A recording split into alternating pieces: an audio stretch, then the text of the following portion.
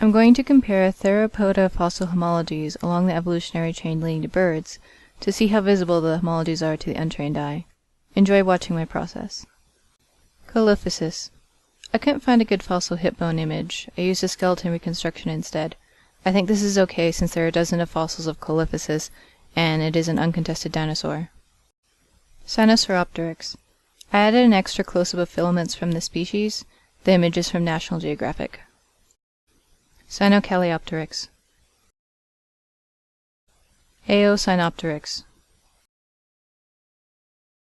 Aurornis.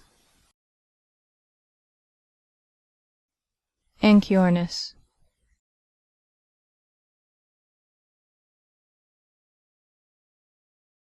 Archeaopteryx. The beak I cropped is from a better resolution image of the same fossil. I accidentally made it semi-transparent, which is why the color is off. Here is the other image of the same fossil. Anchiornis. These are two halves of one fossil. The tail is essentially undecipherable, but I tried to capture it anyway. And this is a high-resolution image of the beak and its teeth. Alright, next I put all of the traits I extracted in order by taxonomy. Now we can look at each morphology side by side. When I compare them, I'll rotate, mirror, and resize them so they are easier to see and compare. I'll start with the furculas. There isn't too much to witness here, they all look pretty similar.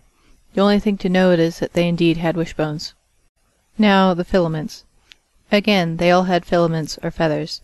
There isn't very good preservation, so all we can tell is that they had some filaments in some places. I'm pretty sure there are feathers on species before Anchiornis that were not preserved. I'm going to do pelvises next. They were inconclusive. They are in different positions and not many are preserved clearly to my untrained eye.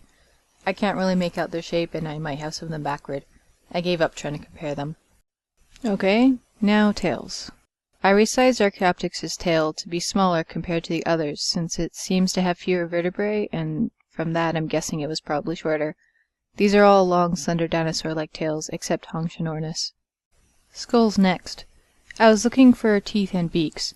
There isn't too much of a linear relationship. It just looks like there are similar skulls with teeth that are becoming reduced. As you can tell from Anchiornis, the same species can have differently preserved skulls. The right half of the species are definitely more bird-like than the left half, but they all have teeth. Time for the feet.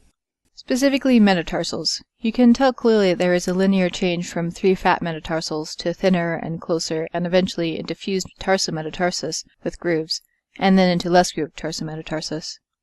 And lastly, hands or hand wings. This is a linear change from 3 clawed fingers into thin, long clawed fingers, and eventually fusing into a wing with a single clawed finger. I didn't choose these hands to be illustrative of the chain, I just chose hands that were clearly distinguished. I was really surprised at how similar they look once lined up. The only editing I have done is cropping, zooming, rotating, and mirroring the original fossil images. These traits can much more easily be seen with diagrams, but I want to look directly at the unmanipulated fossils. It ends up still being obvious to the untrained eye that there are similarities present. Frankly, this is surprising, considering I'm working with internet images, can't take photos close up or from different angles. I'm not using 3D imaging software, and I'm just hoping the fossils preserve the same limbs in the same position from the same angles. I'm not even trained in paleontology or skeletal morphology, but I can still see some of the similarities in the development of several traits in conjunction from dinosaurs to birds.